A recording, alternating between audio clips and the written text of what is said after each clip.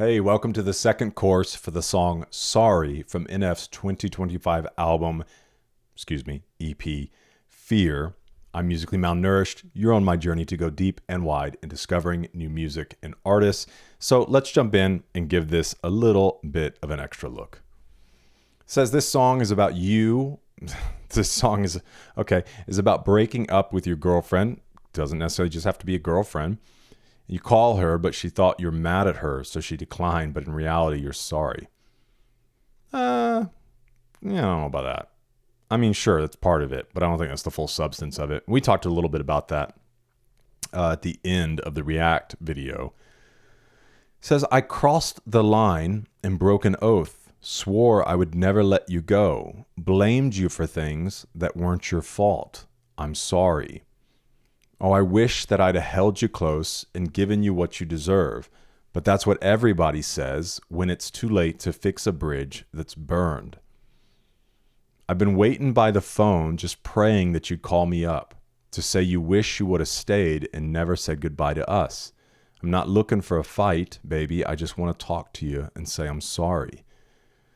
I bent the truth and broke your trust, treated you like you weren't enough. Said I'd be there, but never was. But I'm sorry. Yeah, this is the one that just stuck out to me a lot in the React. Especially the recognition here. That's what everybody says when it's too late to fix a bridge that's burned. I think that self-awareness is important. And one of the things that we talked about was there's probably been repeated times that forgiveness has been extended. And unfortunately, there are times that it's not extended any longer. And it is just over. And so I feel like that's kind of coming to grips with this. There is obviously a part in here of wanting her to call, wanting her to reach out. And I feel like at the same time an acceptance that the bridge is burned and it's over. And that if they did have one opportunity to say something, it would just be, I'm sorry. You know what's also important? I don't know how realistic this is ultimately in relationships.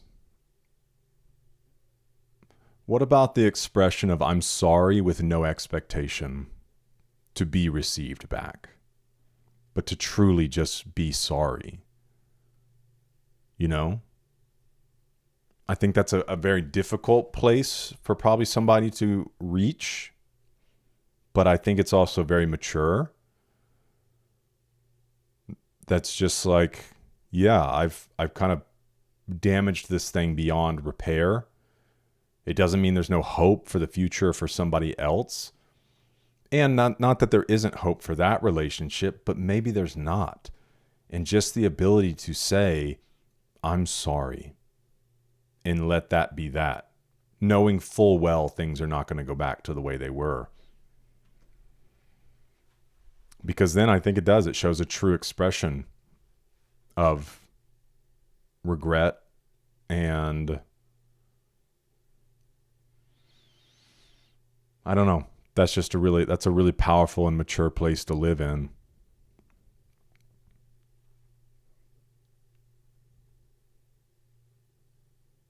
He's probably tried to call. That's probably part of this too, right? I've been waiting by the phone because if you're just expecting them to reach out and say sorry, like good luck. But maybe he's been trying to call, or is kind of putting it in her hands.